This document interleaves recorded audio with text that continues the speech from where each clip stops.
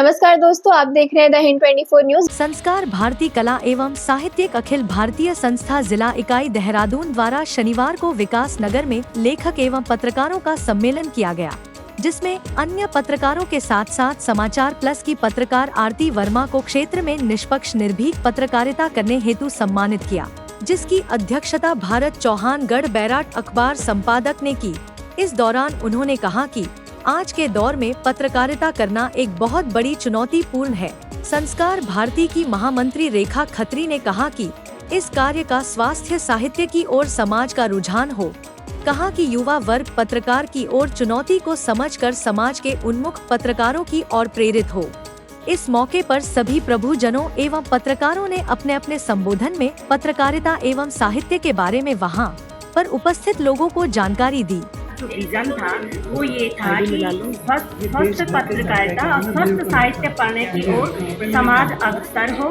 आजकल social media की वजह से लोग स्वस्थ साहित्य से दूर होते जा रहे हैं, विशेषकर हमारे युवा। हम अपने आप को समझ नहीं पा रहे हैं, अपनी जड़ों को पहचान नहीं पा रहे हैं। तो स्वस्थ साहित्य पढ़े, स्वस्थ पत्रकारिता का महत्व समझे, पत्रकारिता की चुनौतियों को समझे और इस क्षेत्र में आगे आने को उत्साहित हों। हमारे जो युवा हैं और जो हैं, ये हमारा मूल विजन था इस कार्यक्रम का। कहीं ना कहीं बैकसीट पे रख दिया गया और उसके बारे में ज़्यादा बातचीत नहीं हो रही है, लेकिन आज यहाँ पर बखूबी संस्कार भारती ने फिर से मंच पर हमें एक विषय दिया और एक ऐसा विषय दिया जिसके बारे में बार बार भी सोचें तो कम है, क्योंकि बिना पत्रकार बंधुओं के क्या हमारी डेमोक्रेसी, क्या हमारा लोकतंत्र रह सकता है, क्या वो उस तरह से फल फूल सकता है, जिस बात पे काफ़ी अच्छे यहाँ पर विचार सुने और सुनाए गए। और मुझे बहुत खुशी है कि आज भी हमारे पत्रकार जो हमारा जगत है, खासतौर से हिंदी की पत्रकारिता, खासतौर से हिंदी के लेखक जो है, इतना सुंदर योगदान कर रहे हैं कि उनके लिए कितना भी धन्यवाद दें, कितना भी साधुवाद दें, वो कम है। और मैं बहुत आभारी हूँ कि उन्होंने आज मुख्य अतिथि के रूप में मुझको आमंत्रित किया और मुझे आप सभी के दर्शन। मैम, आपका शुभ नाम? मेरा नाम एडवोकेट रेणु डी सिंह है और मैं पिछले 45 वर्षों से एक्टिविस्ट के रूप में काम कर रही हूँ। मुख्य रूप से राष्ट्रवाद और जेंडर ही मेरा विषय रहा है, इन्हीं पर काम कर रही हूँ, लगातार करती रहूँगी। उम्मीद करती हूँ अगले 120 वर्ष तक आप लोगों के साथ यूँ ही बनी रहूँगी। संस्कार भारती द्वारा पत्रकारों का, साहित्यकारों का सम्मान हुआ है। देखिए, पत्रकारिता पहले भी चुनौती रही और आगामी समय में भी चुनौती है।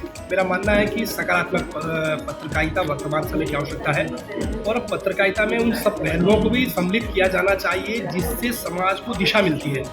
और साहित्यकार तो समाज का दर्पण है। साहित्यकारों ने तो अपने साहित्य के बल पर बहुत सारा समाज के अंदर होने वाली घटनाओं को लिखा है, परंतु आवश्यकता इस बात की है कि जो पढ़ने वालों की लोगों की कमी हो रही है या रुचि कम हो रही है, उसको बढ़ाना चाहिए। और आज सोशल मीडिया स्तर पर और सोशल पत्रकारिता स्तर पर हर व्यक्ति पत्रकार है।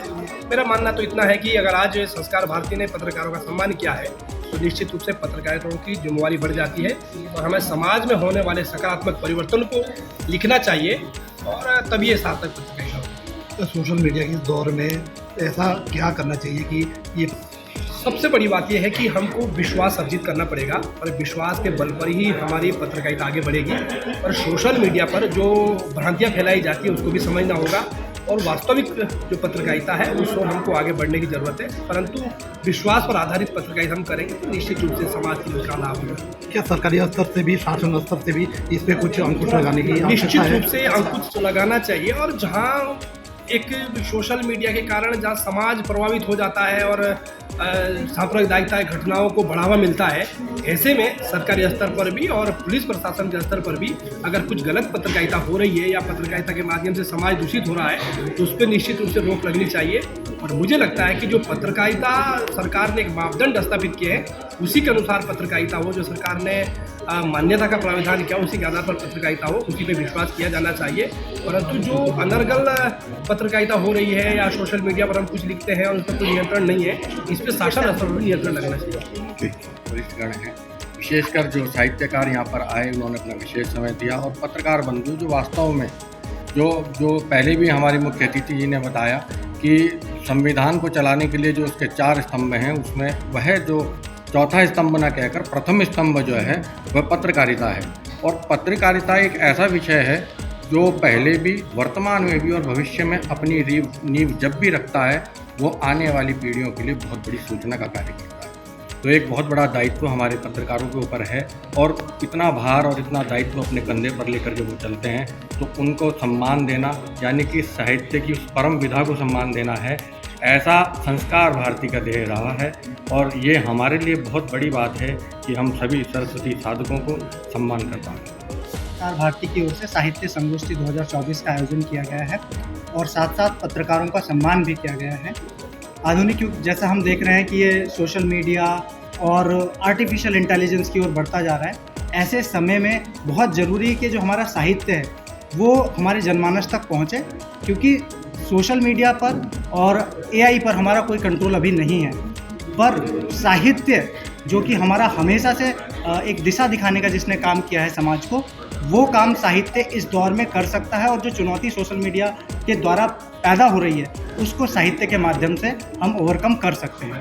आज पत्रकारों के सम्मान का भी कार्यक्रम यहाँ पर आयोजित किया गया है और हमारे पूरे क्षेत्र के प्रबुद्ध पत्रकार बंधु यहाँ पर जुड़े, जो कि समय समय पर जो आवश्यक मुद्दे हैं समाज के वो उठाते रहते हैं। मैं सभी का एक बार पुनः सम्मान भी करता हूँ और अभिनंदन भी करता हूँ कि हमारे इस कार्यक्रम से जुड़े आप लोग सब क्या। ऐसे ही तमाम खबरों के लिए जुड़े रहिए द हिंद 24 न्यूज के साथ।